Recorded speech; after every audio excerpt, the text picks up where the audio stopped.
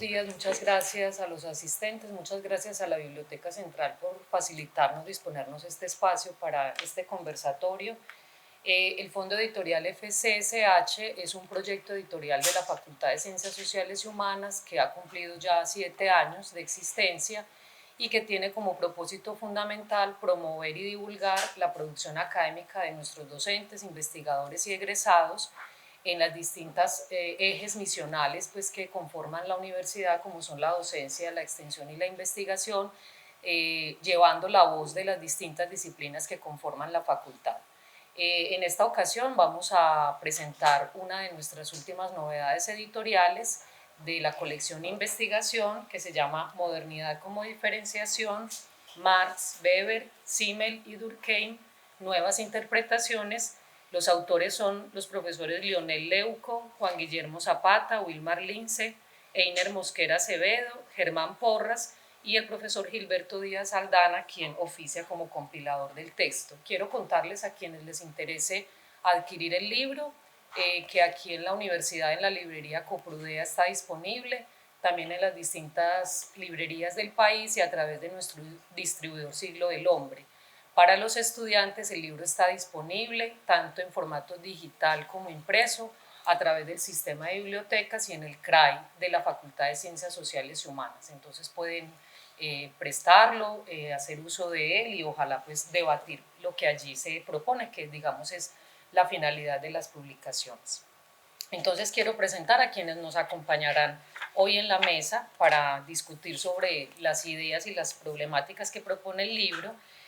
Nos acompañará de manera remota desde la Argentina el profesor Lionel Leuco, quien es doctor en Ciencias Sociales y licenciado en Sociología por la Universidad de Buenos Aires, profesor adjunto con dedicación exclusiva de la carrera de Sociología de la Universidad de Buenos Aires e investigador asistente del Consejo Nacional de Investigaciones Científicas y Técnicas de Argentina, con sede de trabajo en el Instituto de Investigaciones Gino Germani. Realizó estancias de investigación en las universidades de Constanz, Lucerna y Basilea, Suiza. Fue profesor invitado en la Universidad Autónoma Metropolitana Azcapotzalco, la Universidad Adolfo Ibáñez y la Universidad de Antioquia.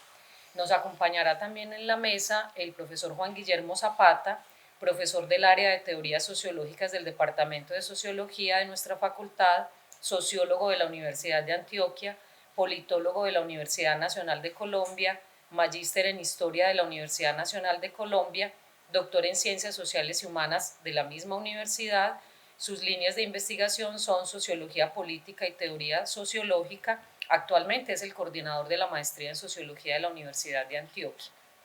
Asimismo, tendremos en la mesa al profesor Wilmar Lince, profesor del área de Teorías Sociológicas del Departamento de Sociología de nuestra facultad, coordinador del Grupo de Estudio y Semillero Método Marxista y Teoría Crítica Radical, coordinador del Grupo de Estudio y Semillero Problemas Rurales y Ruralidades, miembro del Grupo de Investigación Redes y Actores Sociales, sociólogo de la Universidad de Antioquia, magíster en Educación y Desarrollo Humano del Convenio SIN de Universidad de Manizales, doctorando en Ciencias Sociales de la Universidad de Antioquia. Sus áreas de trabajo y producción de conocimiento han versado sobre la teoría crítica, el marxismo como teoría científica y sociológica, la teoría del valor como posibilidad de comprensión y la producción de mercancías generadas por el campesinado. Ha reflexionado respecto a la condición campesina, la estructura agraria y la producción agropecuaria en perspectiva marxista. Y por último nos acompaña el profesor Gilberto Díaz Aldana, quien es el compilador del libro y que hoy oficiará como moderador de la conversación. Él es profesor del Departamento de Sociología, sociólogo de la Universidad de Antioquia, magíster en Estética de la Universidad Nacional de Colombia. Sus líneas de investigación se concentran en Sociología de la Cultura, en específico Sociología de la Literatura, así como la Sociología Clásica. Entonces, muchas gracias a nuestros invitados. Los invitamos a pasar a la mesa y bienvenidos todos. Bueno, de nuevo buenos días para todos, muchísimas gracias por asistir a esta presentación, agradeciendo también al profesor Lionel, que nos acompaña desde Buenos Aires, tanto la paciencia en la publicación como haber estado en este momento debatiendo, de igual forma los profesores que me acompañan en la mesa, por haber estado en esta empresa editorial bastante ardua pero productiva para las discusiones sociológicas. Listo, hay que hablar más fuerte. Bueno, la dinámica es la siguiente, hay una serie de preguntas, ejes claves de discusión. La idea es que podamos debatir los autores acerca de estos ejes de discusión. Aproximadamente cada uno tendrá entre 4 o 5 minutos para responder a cada uno de los ejes y armar la discusión. Posterior, como ya lo anunció el profesor Einer, pues tendremos una serie de intervenciones por parte del público asistente a través de los formatos que plantea el profesor Einer, perdón. Bueno, el libro entonces, Modernidad como diferenciación, tiene un origen doble, digámoslo. Primero, una provocación que el profesor Lionel nos hace al dictar una conferencia inaugural de la maestría en sociología, donde nos trae pues unas reflexiones acerca de los 4 clásicos de la sociología, y los profesores pues responden cada uno con sus capítulos, con sus artículos a esa provocación. Y también la segunda es la necesidad de tener un espacio de divulgación del conocimiento de lo que se hace en el departamento de sociología, y este es el resultado justamente de este libro. No voy a ahondar en él, me sumo a las palabras que ya dijo la profesora Yolima y el profesor Mario acerca de lo que tiene el libro, digámoslo, como de contenido, y es también este lanzamiento una invitación a que lo puedan leer, trabajar, discutir. Bueno, la primera parte, entonces, la primera pregunta o tema de investigación de la discusión dice así: la idea central del libro es entender la experiencia moderna desde los diversos procesos de diferenciación social. En ese sentido, los teóricos clásicos de la sociología han abordado el análisis de la modernidad a través de los conceptos diferenciación, división del trabajo, estratificación y clases sociales. ¿Podrían, por favor, profundizar un poco en ellos en términos de su actualidad y pertinencia para entender las problemáticas sociales contemporáneas? Entonces, bueno, le damos paso al profesor Lionel y ya seguimos con los que estamos acá. Bueno, muchas gracias. Buenos días a todas y todos. Empiezo por la pregunta que planteaste. Bueno, mi texto centralmente expone 3 formas de pensar la diferenciación social en los clásicos, ¿no? La de Durkheim, que tiene que ver con la correlación entre heterogeneidad social e integración. ¿Se me escucha bien? Sí. Bueno, la de Durkheim, la de Simmel, que tiene que ver sobre todo con el surgimiento de la individualidad, y la de Weber, que refiere sobre todo centralmente a la heterogeneidad de esferas sociales con cierta autonomía y con un valor que las define. Estoy tratando de decir las cosas rápidas y sencillamente. Ahora, la pregunta apunta a la actualidad de estos enfoques. Vamos bien, ¿no? Sí. La pregunta apunta a la actualidad de estos enfoques y a mí se me ocurrió pensar en la coyuntura de la pandemia del COVID-19 a partir de estos 3 enfoques, ¿no? El enfoque de Marx lo trato también en mi texto, pero más marginalmente, entonces me voy a centrar en Durkheim, Weber y Simmel. Bueno, en primer lugar, creo que el COVID-19 puso en evidencia que uno de los valores que estructura la sociedad moderna es el culto al individuo. En ese sentido, cada muerte en el contexto del COVID-19 ha sido significativa para nosotros, no es algo que podemos pensar a partir de Durkheim, porque la vida humana tiene un valor sagrado todavía aún hoy para nosotros. A su vez, Durkheim muestra que la cuestión de la integración no es algo que haya que dar por sentado, ¿no? La integración siempre es algo frágil, algo inestable, y eso mismo pudimos ver con las medidas que tomaron los diferentes gobiernos en relación a la pandemia, ¿no? Estas medidas fueron acatadas por momentos no, por algunos sectores de la población sí, por otros no. Entonces la integración no es algo que haya que dar por sentado. Durkheim lo muestra al final de su libro La división del trabajo social, ¿no? Que no es algo que podamos decir que se realiza sin fracturas. En segundo lugar, con Simmel podemos pensar en la dificultad de plantear estas medidas de cuidado en un contexto donde nos pensamos como individuos únicos con cierta libertad. Creo que esta libertad, que es fundante para la modernidad, este concepto de libertad individual, que es fundante para la modernidad, ha sido explotado por los movimientos anti-cuarentena y anti-vacunas, ¿no? Se apoyaron en esto, precisamente. Y finalmente, con Weber, podríamos ver cómo la cuestión del COVID-19 llevó a tironeos entre la esfera económica, agentes de la esfera económica, podemos decir, entre el sistema de salud, del que no habla Weber, pero sí habla de la ciencia, ¿no? Y de la evidencia factual como una de las esferas de valor, y de la política, ¿no? Bueno, por un lado podemos decir que los agentes de la esfera económica estuvieron siempre pensando en cómo las medidas tomadas en torno al COVID podían impactar en el rédito económico. Por otro lado, la ciencia,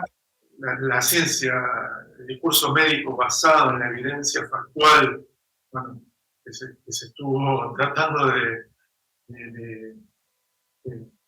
producir en este contexto muy velozmente, propuso medidas que en cierta medida iban a contrapelo de lo que planteaban estos agentes económicos, y la política, que es otra de las esferas de las que habla Weber, creo yo, estuvo oscilando entre el rédito económico y el cuidado de la salud, ¿no? Entre estos dos discursos, el discurso científico y el discurso más económico.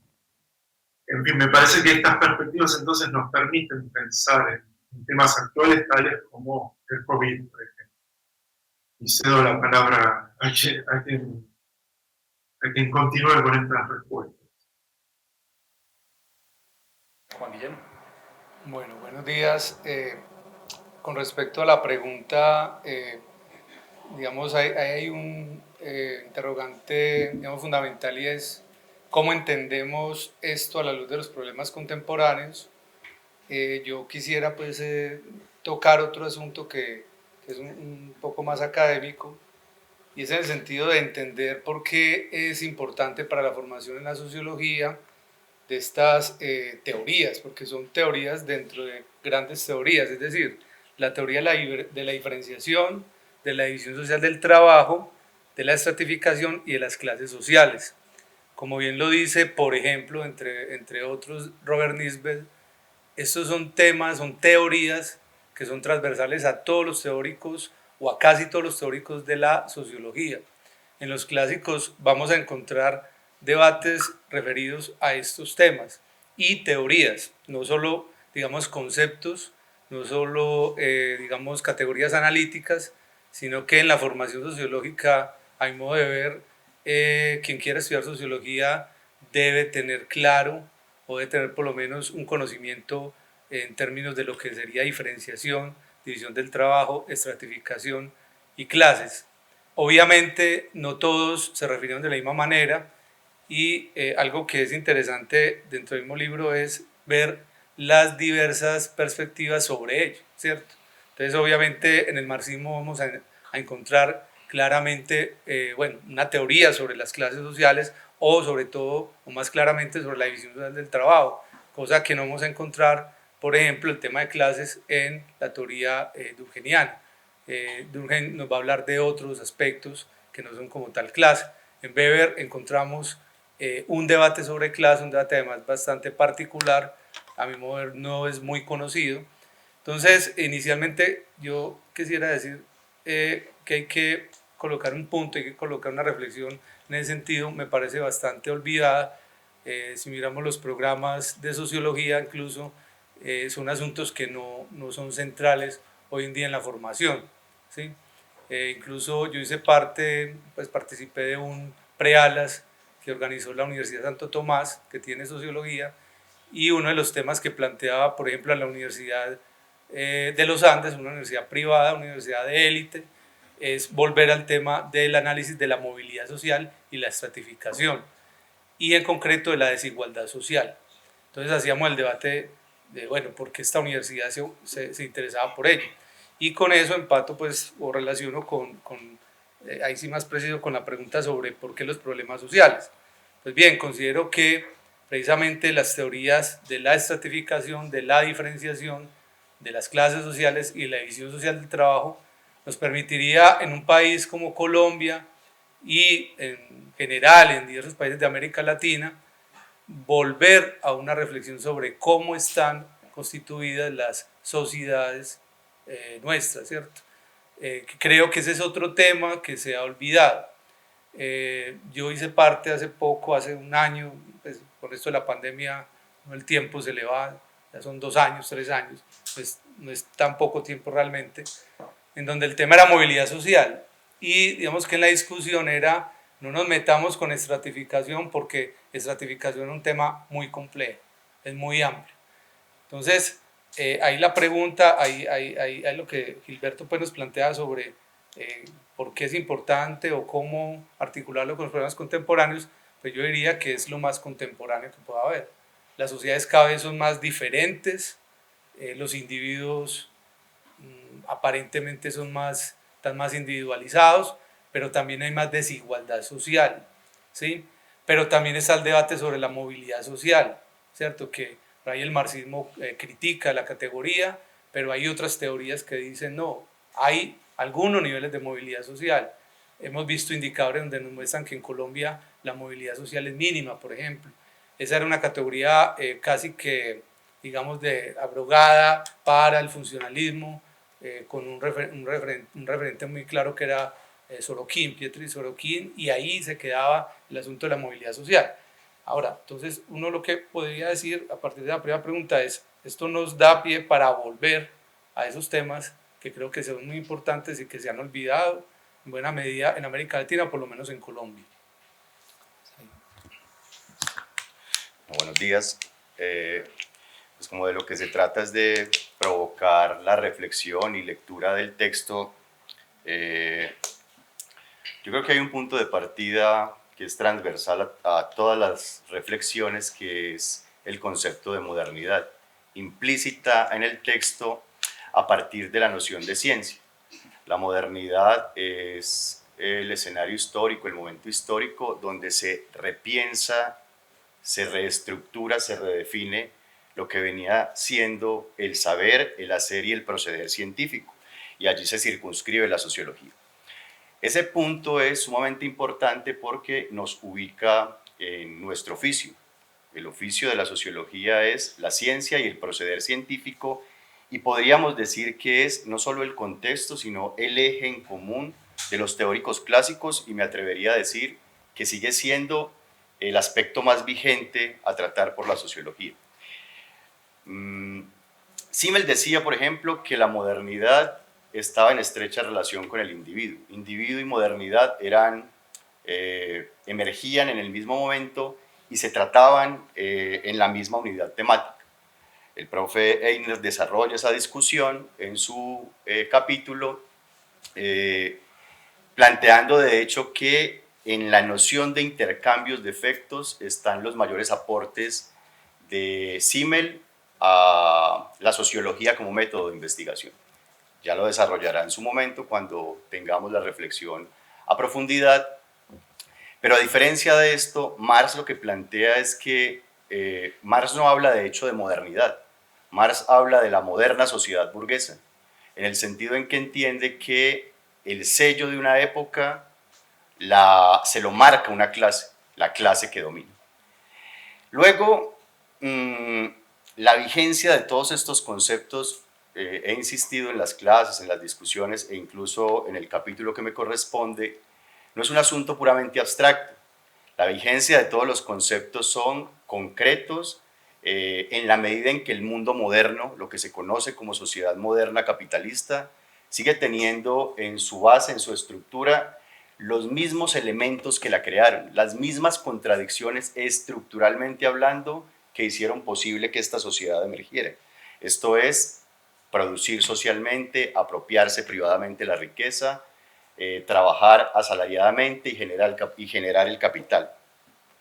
Si se trata de poner asuntos contemporáneos, me resulta muy interesante, le he venido siguiendo la pista, a la manera en que cada 4 años en las contiendas electorales se refieren a las clases sociales como si fuese un impulso ideológico o como si fuera una querencia quitarla o ponerla, ¿cierto? Decía ayer el gran prócer y pensador Egan Bernal, que decía que había que de alguna manera dejar los odios de clase, ¿sí? Porque el concepto clase, Egan Bernal es patrocinado por Ineos, entre otras, propulsor del fracking y un gran ciclista en Colombia, que adhirió recientemente a uno de los candidatos que de pura coincidencia promueve el fracking. Entonces él dice que había que acabar los odios de clase, ¿cierto? Que el odio de clase se acaba como un asunto que está en la cabeza. Y desde el punto de vista del marxismo, la clase es objetiva. La clase no solo pasa por si yo me considero de tal o cual clase, pasa fundamentalmente por el lugar que ocupo en la sociedad en términos económicos, ¿cierto? En alguna parte le planteo mi clase la define mi relación de propiedad con los medios de producción. ¿Carezco o tengo medios de producción? ¿Vendo trabajo o vendo mercancías? ¿Soy dueño de mi conocimiento o me apropio del conocimiento? En esa medida la vigencia, y con esto cierro para que continuemos en la reflexión, no es un asunto puramente teórico abstracto, es un asunto práctico. La vigencia de las clases, de la lucha de clases, de la estratificación, está dada en la imposibilidad de haber resuelto en el mundo moderno las contradicciones que generaron el mundo moderno. Y la sociología hace uso de las categorías para intentar entender este mundo moderno alargado hasta el presente. Bueno, la segunda pregunta va o gira en torno a cuál sería la relevancia de investigar los clásicos de la sociología y por qué se hace pertinente tanto para la investigación como para la enseñanza de las mismas. Dale, Lionel. Bueno, considero que los clásicos definen cuáles son los problemas centrales de la disciplina, ¿no? Los problemas centrales de la sociología, y también estimo que cualquier otra perspectiva posterior debate con estos enfoques iniciales de la sociología, ya sea implícita o explícitamente. Pero no solo los clásicos definen los problemas de la sociología, sino que también dan algunas respuestas frente a las cuales hay que tomar posición, ya sea para recuperarlas o para criticarlas, ¿no? Estoy pensando en Niklas Luhmann, por ejemplo, que busca deshacerse de los clásicos. De eso habla el profesor Germán Porras en su texto, aunque establece una conexión también. Respecto a, digamos, a esto que les comentaba, la relevancia en cuanto a la definición de los problemas, dar ciertas respuestas frente a las cuales tenemos que posicionarnos, quería mencionar, por ejemplo, un libro que salió hace algunos años en Alemania que se llama La Sociedad de las Singularidades, de Andreas Reckwitz. ¿No? Ahí el autor recupera la perspectiva de Simmel, sobre la individualidad en relación al cruce de los círculos sociales, tema que trabaja el profesor Einer, para darle actualidad a esta categoría, al cruce de los círculos sociales y la individualidad, ¿no? Bueno, para recordarlo un poco, Simmel plantea que el individuo es la intersección entre una multiplicidad de círculos o grupos de los que participan. Esa combinación es única en cada persona y eso hace a la individualidad. En fin, lo que hace Andreas Reckwitz es recuperar esta noción, pero señalando que esos grupos de los que participamos no son solo los grupos preferenciales, sino centralmente hoy en día grupos de Facebook, por ejemplo, ¿no? Y los vínculos sociales en los que estamos inmersos tienen que ver con las amistades de Facebook, con los me gusta que damos en Twitter, Instagram. Todo eso constituye la individualidad digital, dice Redwitz.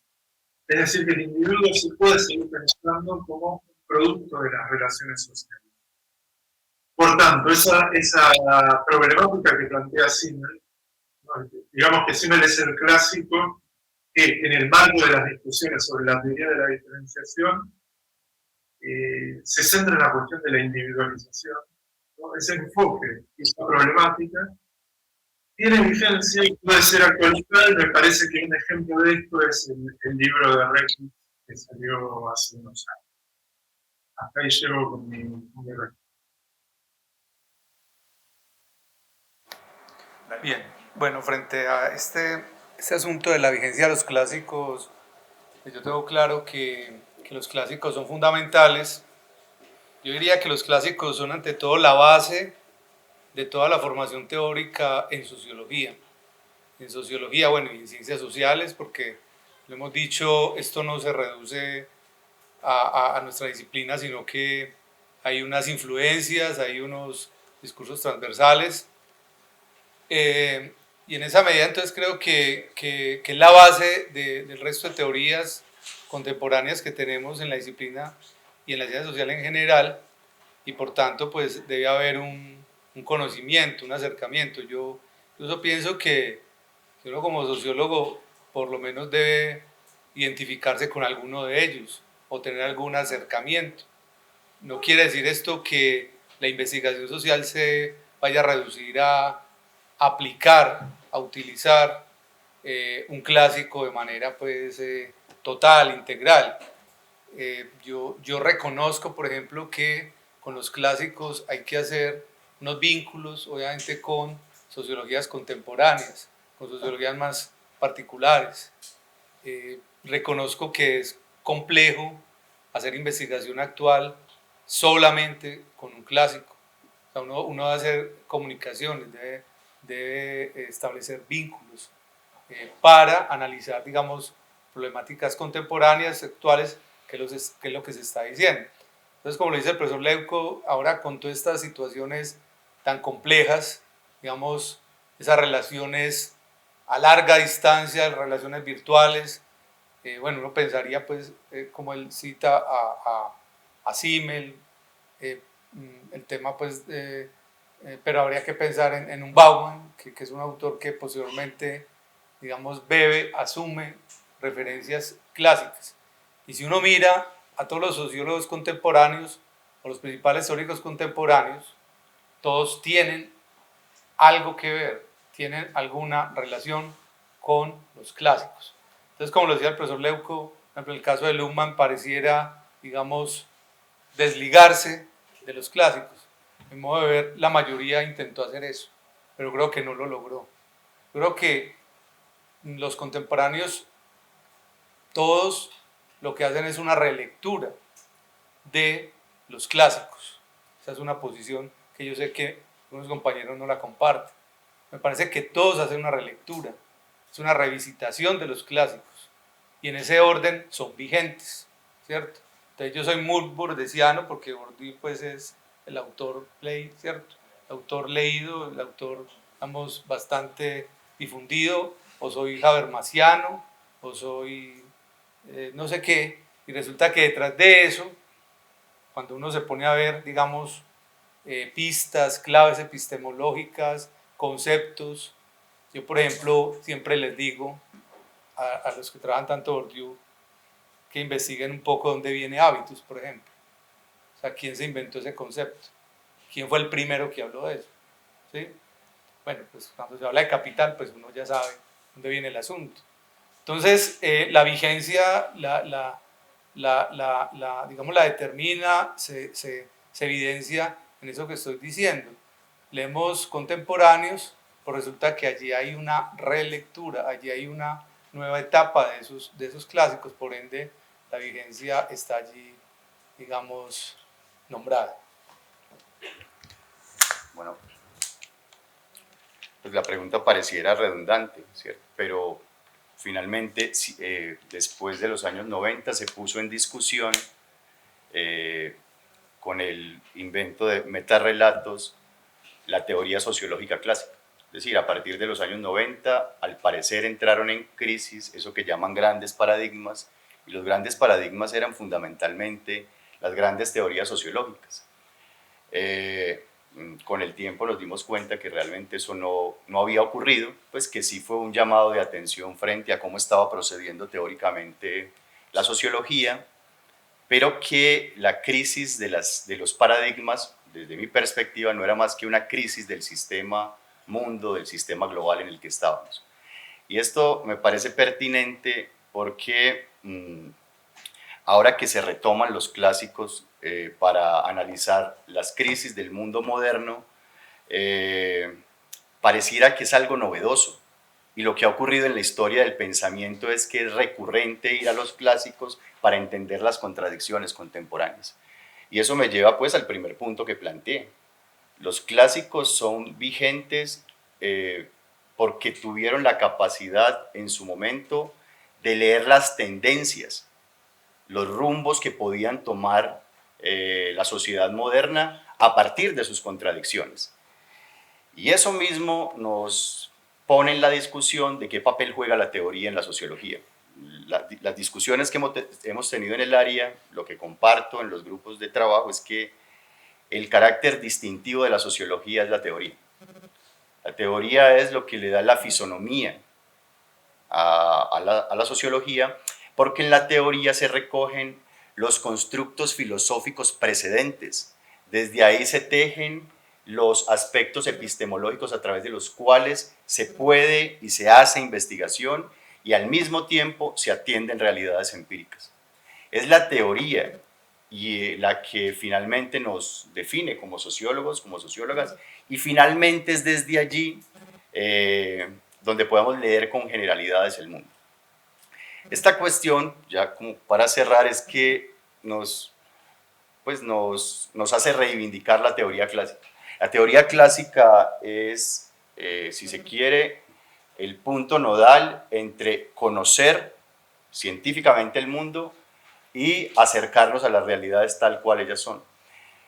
Entre otras razones, porque la teoría clásica tiene los elementos sustanciales a través de los cuales la sociología se hizo sociología. Juan mencionaba ahora uno de los teóricos que considero mejor recoge esta discusión, que es Nisbet. Nisbet sabe mostrar de qué manera estos clásicos coinciden en temas, pero ojo, y eso también es importante, se diferencian. Todos tratan el problema de la clase de una u otra manera, pero lo tratan de manera distinta. Y esa manera distinta de tratarla es tal en cuanto que, y ahí podemos discutir, no solo tienen métodos distintos, sino que se posicionan políticamente de forma diferente frente al mundo que están estudiando. No es lo mismo Weber que Simmel, que Marx, no solo porque tengan métodos distintos, sino porque se ubican políticamente distinto al momento de producir conocimiento. Eso también es vigente y eso nos atraviesa a nosotros. Somos sujetos de ciencia y sujetos de política. Bueno, un tercer elemento que quiero que se discuta y que justamente provocó también la publicación de este libro es la investigación en teoría. ¿Sí? ¿Qué consideran ustedes o por qué es relevante, importante la investigación teorética frente a las otras formas de investigación quizás empíricas, sustantivas, que ya los profes han argumentado sustancialmente el valor de la teoría en esas investigaciones, pero bueno, también la sociología es una investigación conceptual, teorética? Este libro se enmarca también ahí. Entonces quisiera que ahondáramos un poco en eso, de argumentar, de alguna manera también justificar esa investigación teorética. De hecho, el profesor Leonel acaba de publicar y terminar la traducción de otro libro de Simmel que no se había traducido al castellano, Introducción a las Ciencias de la Moral, y justamente, pues digámoslo, eso también se puede entender ahí, cómo se investiga en teoría y por qué es relevante. Leonel, por favor. Sí, creo que la investigación teórica es relevante en varios sentidos. Por un lado, me parece relevante como actividad autónoma, Es decir, como actividad autónoma respecto al trabajo empírico, creo que tiene una dimensión, digo, la investigación teórica es un fin en sí mismo, en cierto sentido. En cuanto, si definimos lo social como acción social, como hecho social, como comunicación, como hace Luhmann, estamos viendo cosas diferentes, ¿no? Entonces, ese es un punto de partida a priorístico de la sociología, como decía Jeffrey Alexander en un libro que se llama, lo tenía anotado por algún lado, Las teorías sociológicas desde la Segunda Guerra Mundial, ¿no? Él ubica ahí un espectro de la investigación, de diferentes formas de hacer investigación sociológica, y hay un punto donde lo teórico funciona como un campo de investigación autónomo, ¿no? Que define cuáles son los puntos de partida para observar lo social, ¿no? Que no es lo mismo cómo definamos el objeto de la sociología, si lo definimos de una manera o de otra, y esa es una reflexión puramente teórica. En muchas investigaciones empíricas creo yo no se da esa reflexión, esa pregunta, esa comparación respecto a cómo defino el objeto de la sociología de una manera o de otra. Por otro lado, creo que la investigación teórica, conectando la investigación teórica con la empírica, permite definir con precisión los conceptos, porque no es lo mismo, esto lo planteo yo en mi capítulo, no es lo mismo hablar de diferenciación que de desigualdad. Hay una discusión sobre este tema que al mundo hispanoparlante no ha llegado mucho, y me alegro que llegue a través de este libro, es la discusión en torno a este contraste entre teorías que se enfocan sobre todo en la desigualdad, y ahí ubicaría yo las teorías de las clases, sobre todo la de Marx como el punto de partida, y teorías que se enfocan centralmente en la diferenciación, como la de Simmel, la de Durkheim, en las cuales hay un planteo sobre la desigualdad, pero aparece como una cuestión de segundo, digamos, como una variable dependiente, ¿no? La desigualdad. Está pensada de otra manera que en la teoría de las clases. En fin, nos permite entonces darle precisión a los conceptos que usamos, hacer reflexiones teóricas. Y finalmente, como última precisión, ¿no? Como última cuestión para ir jugando, me permito decir que hacer investigación teórica y recuperar a los clásicos nos permite romper con la hegemonía de ciertas teorías en determinados campos de investigación, ¿no? Actualmente, en el campo de investigación, ya sea empírico o teórico, sobre la diferenciación, la teoría hegemónica es la teoría del sistema social. Cuando hablamos de diferenciación social, pareciera que lo único que existe es la teoría de Niklas Luhmann. Esto lo digo yo que hice una tesis doctoral sobre Luhmann, no es que vengo de afuera.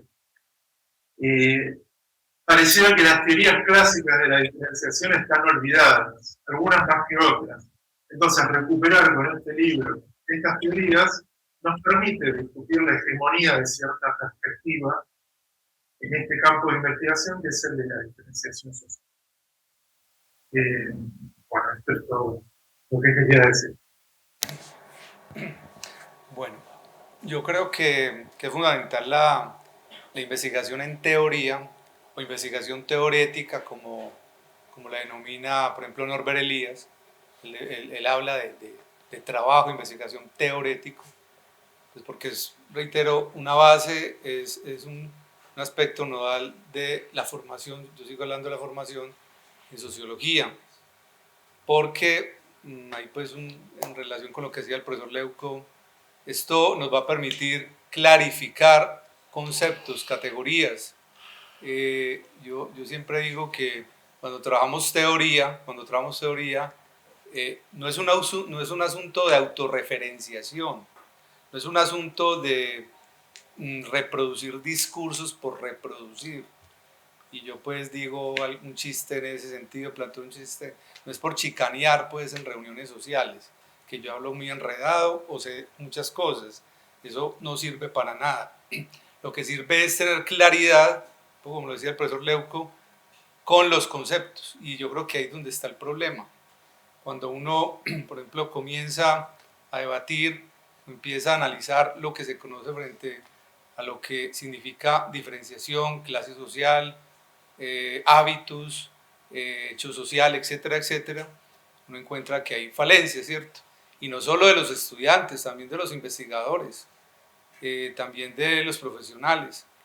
Entonces es importante porque fundamentalmente nos permite clarificar y hombre, ese es, digamos, el camino epistemológico, la base epistemológica, la base metódica de la investigación en la teoría. Perdón, de hecho el método es teoría.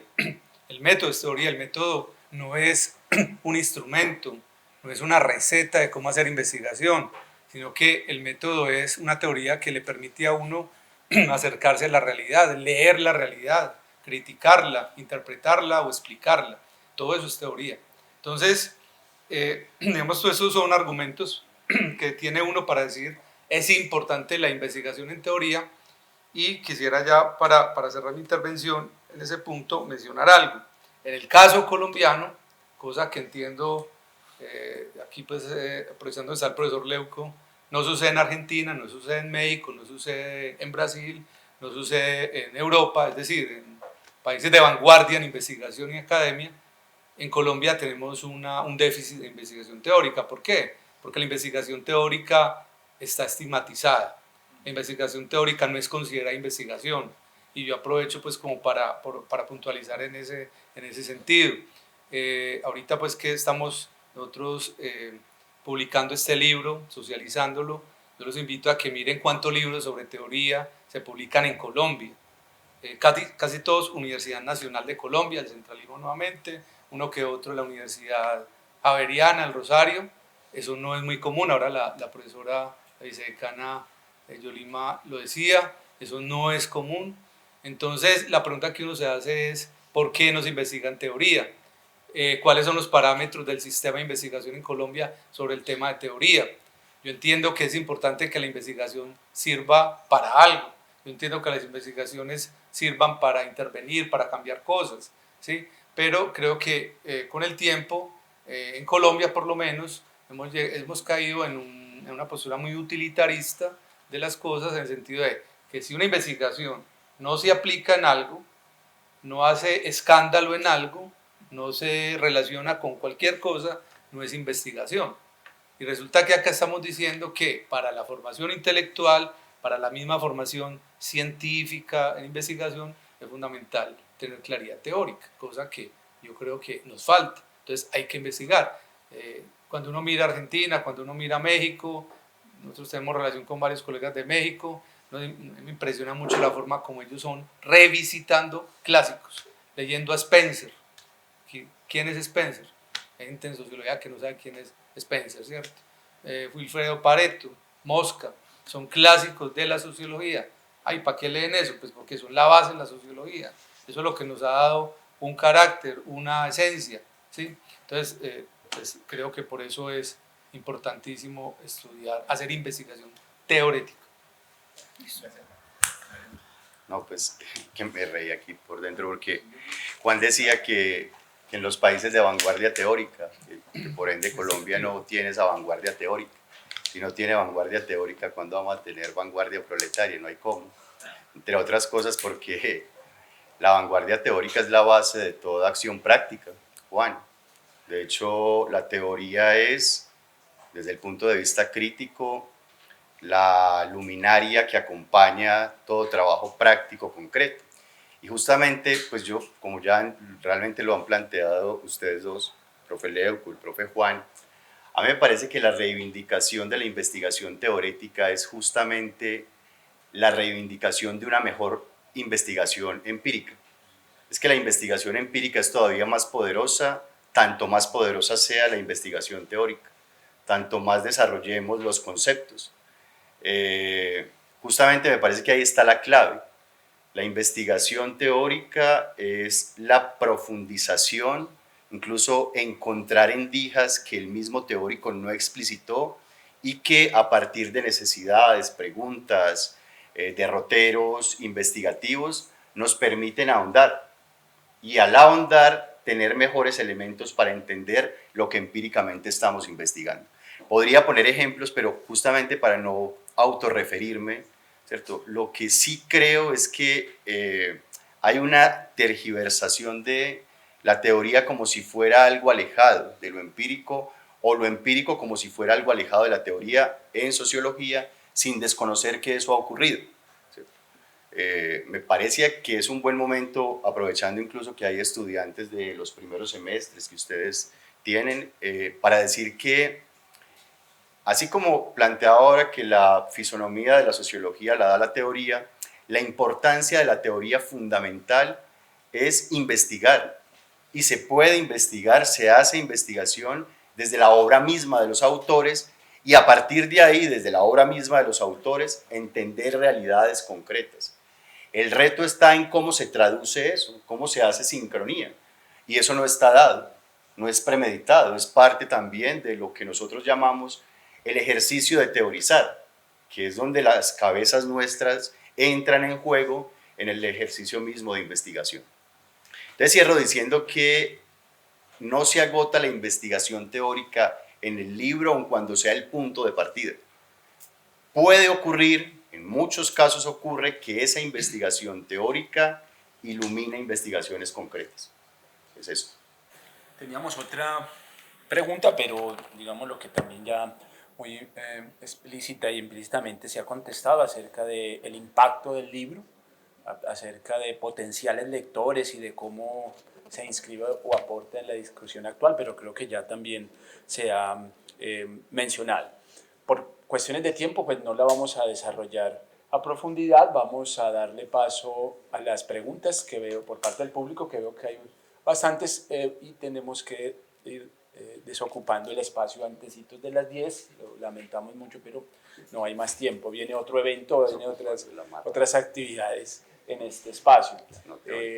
Dale, Einer, por favor. Muchas gracias a quienes conversaron con nosotros. Vamos a proponerle una pregunta mientras terminamos de hacer una selección acá temática, y es, ustedes tuviesen, o asumiendo que tienen la posibilidad de continuar esta línea de investigación, ¿por dónde continúan? ¿Por dónde siguen? Si en esa continuidad de esa agenda, ¿qué otros autores, autoras se encuentran en ese caminito? Esa para que vayan ambientando y terminamos de seleccionar acá las otras. Yo si quiero respondo primero, y es, pues hay un aspecto central que hemos venido trabajando, que es el método mismo, ¿cierto? El método, como lo decía Juan, no como un asunto puramente pragmático, sino como un acercamiento filosófico y epistemológico a los procederes para investigar.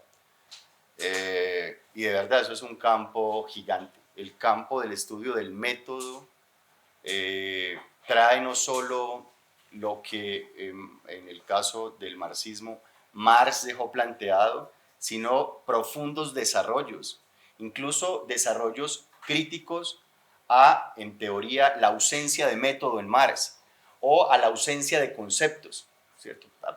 A ver, no hay, digo en alguna parte, no hay ningún libro que hable de política, no hay un tratado explícito de método, no hay una explicitación del lugar que ocupa la mujer en el capital, por poner un ejemplo. Pero cuando uno se introduce en la obra y desarrollos, incluso en las críticas que hacen, se iluminan discusiones para reforzar el método. Entonces, la respuesta de Einer es que en mi caso, alguna de las cosas que hago al respecto para profundizar el asunto es la cuestión de método. Bueno, y que espero salga prontamente el otro libro que estamos discutiendo. Bueno, en el caso mío también está el asunto del método. De hecho, pues hay un proyecto editorial, una publicación que está en proceso de evaluación, que se refiere a eso, método y teoría. Y en buena medida es lo que Wilmar acaba de decir. Cuando uno lee los clásicos, difícilmente uno encuentra que estos clásicos le digan a uno, mire, es que este es el método. ¿Sí? Hay algunos autores que tienen mayores desarrollos, son más explícitos en sus trabajos en torno a la explicación de sus métodos y de procesos metodológicos. e inclusive de técnicas. Entonces, en ese libro, en ese proyecto, pues porque todavía es un proyecto, no es un libro, está en evaluación, en fin, está en ese proceso, lo que hicimos fue volver a los clásicos, pero también a contemporáneos, y, digamos, plantear esa reflexión. Además del tema de método, para darle la palabra al profesor Leuco, yo creo que algo que a mí me interesa mucho y lo estamos organizando es pensar todas estas teorías, todo esto que hemos reflexionado hasta ahora en términos de estos problemas concretos, es decir, diferenciación, estratificación, división social del trabajo, clases sociales, que son temas que, como decía en la primera intervención, digamos, se han olvidado. De alguna manera, en la investigación social se le tiene como cierto temor, porque parecen temas muy amplios, pero ¿quién puede negar que Colombia es un país absolutamente desigual, absolutamente estratificado, inmerso en luchas de clases, de diferenciación? Entonces, esa sería una línea que a mi caso me interesa. Dale, Lionel. Bueno, en mi caso, este texto que publiqué es parte de un proyecto de investigación mío sobre la teoría de la diferenciación a partir de Simmel. Mi intento es recuperar la perspectiva de Simmel. El libro de Simmel de 1890 sobre la diferenciación social quedó prácticamente en el olvido para la sociología en general, no solo en nuestro idioma, ¿no? Y yo creo que es un libro muy rico que plantea, bueno, no solo la cuestión de la individualización, sino muchas otras dimensiones de la diferenciación. Y me parece que es un texto que se podría recuperar en los debates actuales sobre la cuestión de la diferenciación social. La finalidad última de todo este intento es pensar las formas de diferenciación actuales, ¿no? Que se puede recuperar a los clásicos, pero creo que hay que actualizarlo, y pensar las formas de diferenciación de Latinoamérica. De esto se habló mucho en relación a la teoría de sistemas sociales, pero otras perspectivas, como las que tratamos en el libro, no entraron en el debate. Así que me parece que sería un aporte complejizar ese discurso o esa perspectiva sobre la diferenciación actual y latinoamericana a partir de las miradas clásicas y de otras, por ejemplo, se podría hablar de Schutz, acá que no interviene para nada en los debates de la diferenciación, pero tiene una perspectiva sobre esto a partir del concepto de realidades múltiples, por ejemplo, ¿no? En fin, es un campo muy amplio el de la diferenciación social y me parece que nos estamos quedando solo con una teoría que es la de Luhmann y hay mucho más para discutir. Esa es mi respuesta.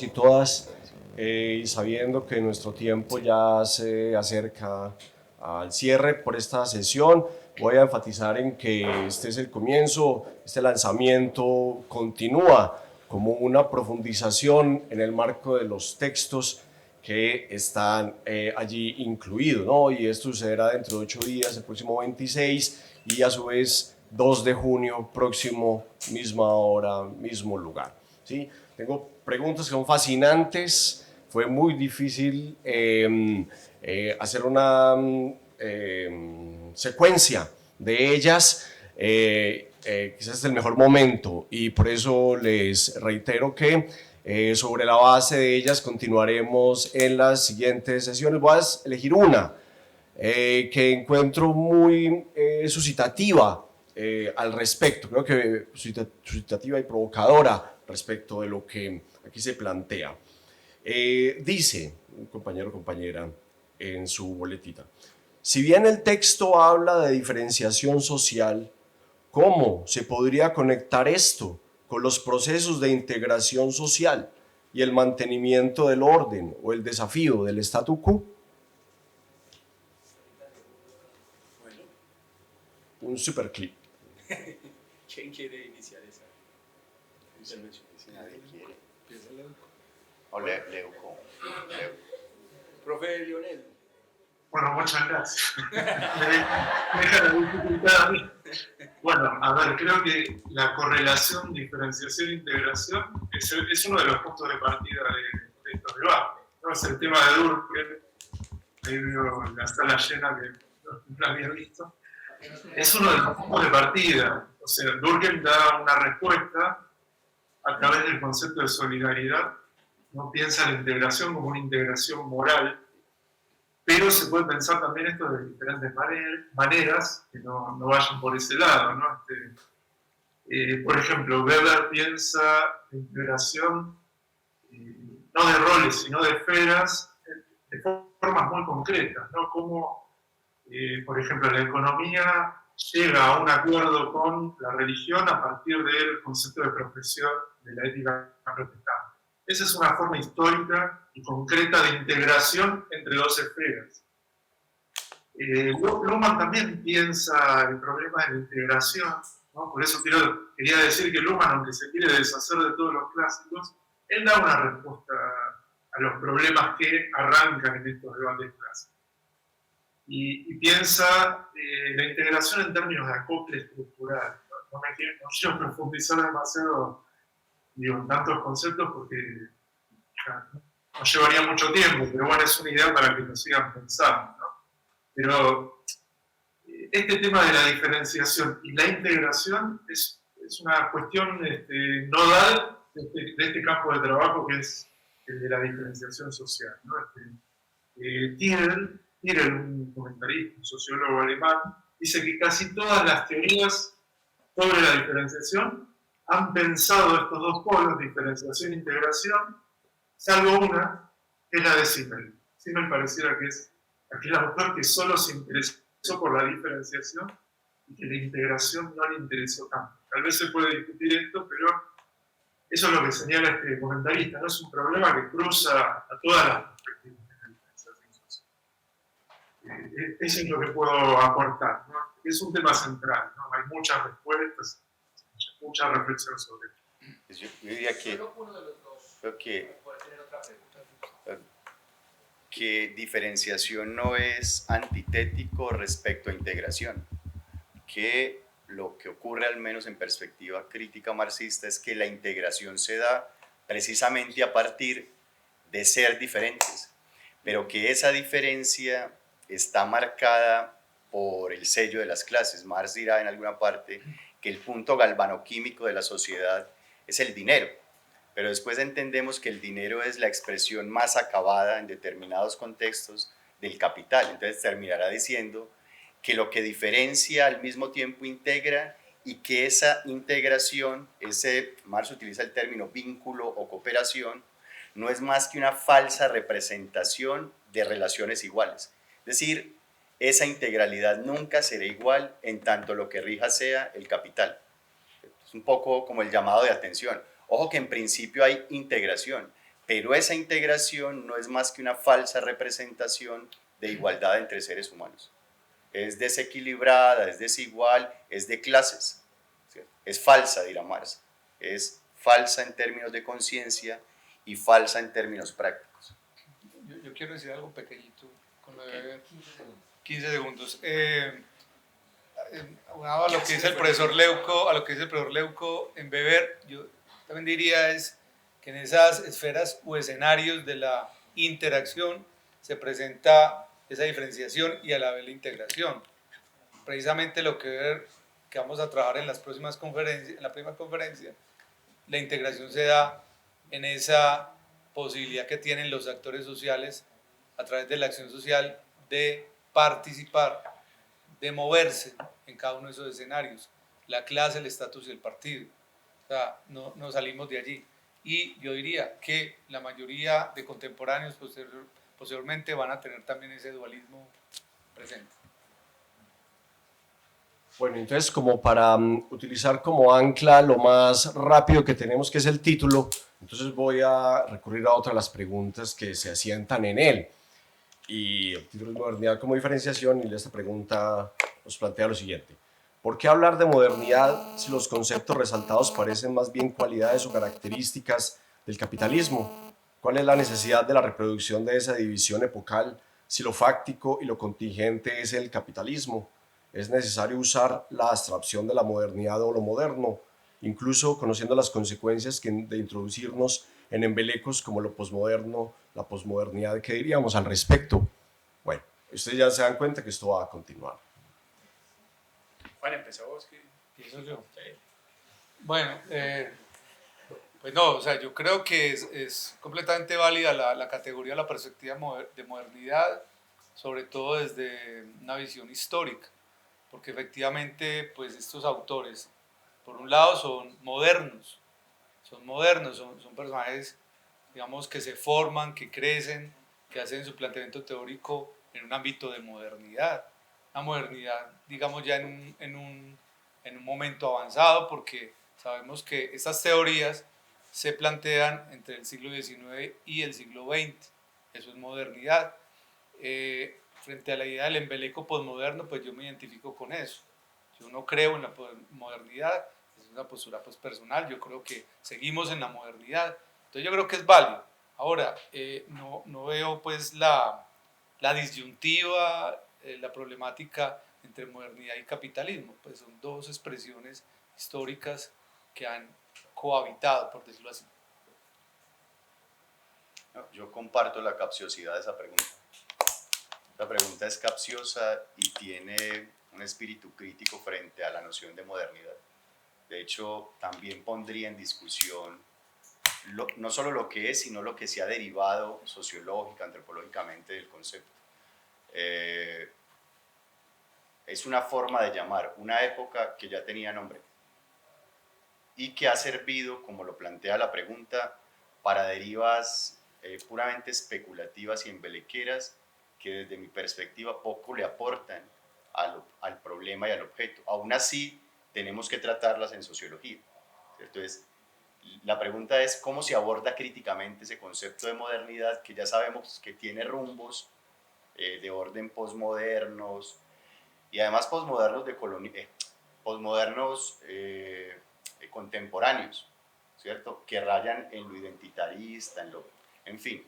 Creo que la pregunta es muy buena y como lo decía Germán, abre otro espectro de la discusión que no se agota en estos segundos que tenemos.